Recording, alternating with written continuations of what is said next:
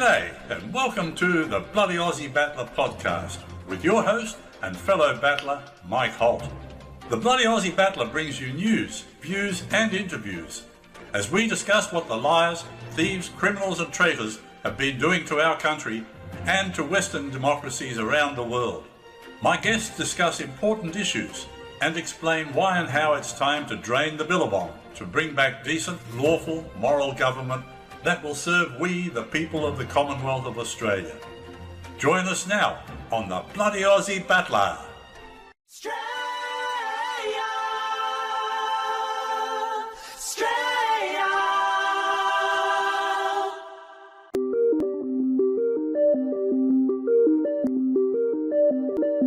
Are you interested in podcasts that uncover the truth?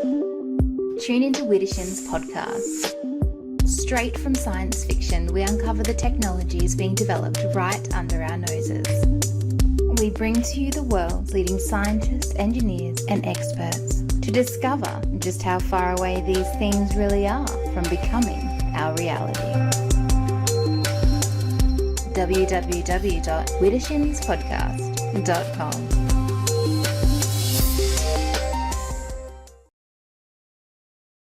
Dick Yardley's book, Australian Political and Religious Leaders, Treason, Treachery and Sabotage.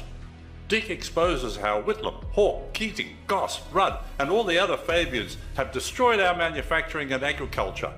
If you want to know exactly how they have done it, get Dick's book at advanceaustralia.com.au and click on merchandise.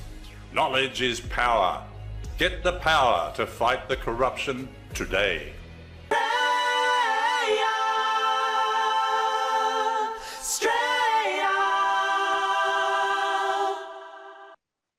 G'day there again, and I'd like to continue the discussion about our search for Australia's wealth. We've already seen how much gold we have in this country. We've also seen how much coal we have and how we could be using it so much better than we are. Now I'd like to look at something a little bit different, our pensions. Did you know that in 1946, Prime Minister Ben Chiffley brought in 3 bills on the 1st of January? And these bills set up a pension welfare fund with all the money to be paid into a specific bank account for that purpose. It was not to go into general revenue, it was only to pay pensions. Now by 1949, that pension fund already had over £100 million in it. And that's pounds in the old pound. That's a lot of money. Now, of course, that was just too much for the political parties. They had to get their hands on it. So in 1949, Prime Minister Bob Menzies, that arch traitor they called Pig Iron Bob for selling iron to the Japanese, Prime Minister Bob Menzies introduced bills to amend the acts so that the compulsory contributions levy was grouped with the taxation assessment. In other words, this made it very easy for the politicians to get their hands on the money because it was no longer going into the pension fund. It was going into general revenue. Well, what's general revenue? Money to be used by the government for any purposes they choose. But they didn't ask us, and they didn't have the right to steal that pension money. Then they had the cheek to turn around and say, every Australian now will have to pay into their own superannuation fund. What a wonderful rort. And guess what?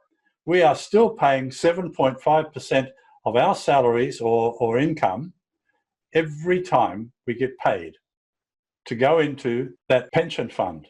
The problem is there's no pension fund anymore. So that 7.5% of our income disappears. Where does it go? There's no accountability for it because it just automatically goes into general revenue. Are you happy with that?